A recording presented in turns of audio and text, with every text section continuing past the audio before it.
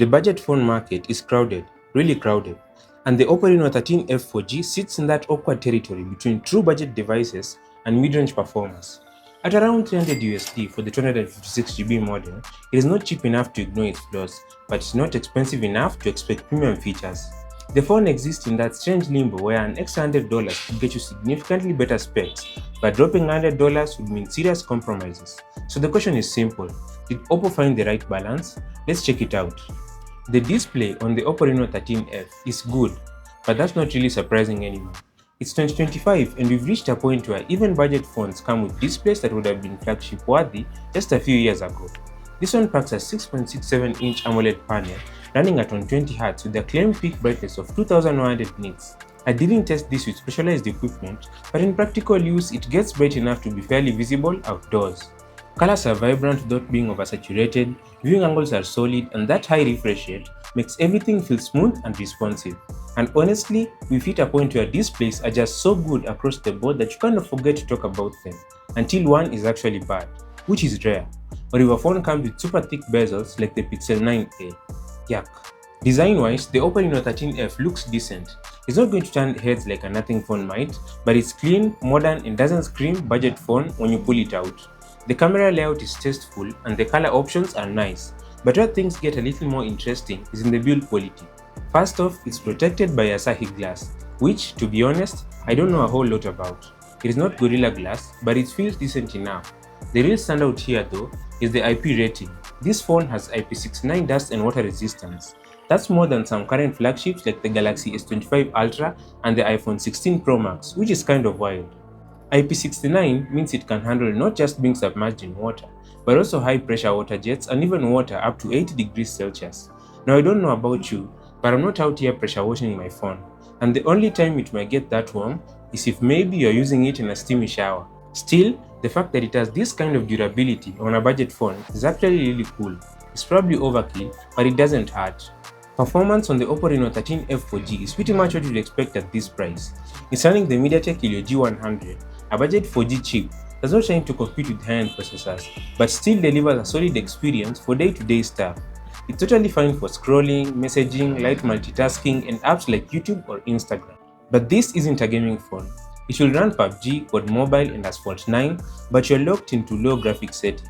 Expecting anything else would be setting up yourself for disappointment. If gaming is your priority, the Poco X7 lineup makes a lot more sense, especially considering how aggressively they are priced right now. Oppo pairs this chip with 8GB of RAM and either 256GB or 512GB of UFS 2.2 storage. Not the fastest storage standard out there. You'll notice slightly longer load times compared to flagships, but this is where the corners get cut to hit that price point. One smart decision from Oppo is that they ditched the 128GB models entirely. Compare that to Samsung's Galaxy A36, which costs about the same but still starts at 128GB. In 2025, with app sizes and photo libraries growing constantly, 256GB should be the minimum for that price. Weirdly, this phone also supports expandable storage via microSD, a feature that's nearly extinct in 2025. I'm not complaining about having options, but considering it already comes with 512GB at the top end, I wonder how many people will actually use it. Maybe the 3 people left on Earth will still have massive MP3 collections. The camera setup of this phone is predictably mid-tier. 50MP main, 8MP ultra-wide, entirely pointless 2MP macro and a 32MP selfie camera. Photos from the main lens are decent, colors are okay, dynamic range is passable, but the second you zoom in, detail kind of falls apart. Same with the ultra-wide, usable but don't expect flagship level sharpness. It's more for capturing a wider scene than for quality. The selfie camera though is probably the weakest link here. Even in good lighting, it just doesn't hold up. It's fine for the occasional snap or video call, but the detail is soft and the image can look pretty washed out. Video is capped at 1080p on both the front and rear cameras. The rear camera can get decent results outdoors in good light, but indoors or in lower light, the quality dips quickly. Selfie video, again, not great. It works, but don't expect clarity or sharpness. In short, the camera system here is basic. Totally fine for casual users who aren't picky, but if photo and video quality are a big deal for you, there are better options at this price. Now, battery life on the Reno 13F is actually impressive. Oppo packed a massive 5800mAh cell in here, which is larger than what you'll find in many flagships costing 3 times as much. This translates to real-world endurance that doesn't disappoint. Heavy users will comfortably make it through a full day.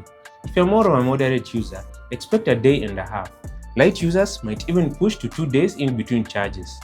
It is one of those phones so you can actually leave the charger at home when you go out for the day. That peace of mind is worth something. Charging comes at 45 watts, which isn't breaking any speed records in 2025, but it's perfectly adequate.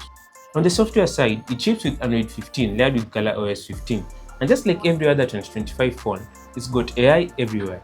You've got your standard AI productivity features, AI note-taking assistant, and all other AI checkboxes that every manufacturer seems legally obligated to include this year. Most of them work fine, but they aren't particularly mind-blowing. Then there's also AI Studio, which lets you play around with your photos. Some of the features in AI Studio are behind a paywall using these diamond tokens. Now where ColorOS shines is customization. It's always been Oppo's strength, and that continues here. You can tweak practically everything: themes, fonts, icons, widgets, always-on display layouts. It's all adjustable and actually fun to use. The software overall feels smooth and feature-rich. That said, software updates are still an area where Oppo lags a bit. From what I can tell, you're probably getting 2 years of major OS updates and 3 years of security patches. Not the best in class, but still okay for a phone at this price. So, should you buy the Oppo Reno 13F 4G? It does several things really well. That 5800 mAh battery is legitimately impressive and will get most people through a full day with plenty to spare. The display is excellent for the price point, bright, vibrant and smooth with that 120Hz refresh rate. The build quality is solid, with that surprisingly premium IP69 water and dust resistance that even outclasses some flagship devices. And ColorOS offers deep customization if you're into personalizing your experience. But here's the thing, and this is important. The phone exists in an incredibly competitive price bracket. The Galaxy A55 and A36 from Samsung, the OnePlus Nord CE4, the Poco X7, and in some regions the X7 Pro all hover around this same $300 price point. And honestly, they all offer more compelling overall packages. But the MediaTek Helio G100 processor is adequate but not exceptional. The camera system is basic at best, with a particularly disappointing selfie camera, and that 2-year software update promise feels like a relic from 2020, not something you should accept in 2025. So while the Reno 13F isn't a bad phone by any means, it's not the one I'd recommend for most people spending their $300 on. The competition is just too strong right now. If Oppo had pushed a little harder on the camera quality or performance, or even just promised longer software support, we might be having a different conversation. Thanks for watching. I'm Milan and this is Fuzitech. Subscribe.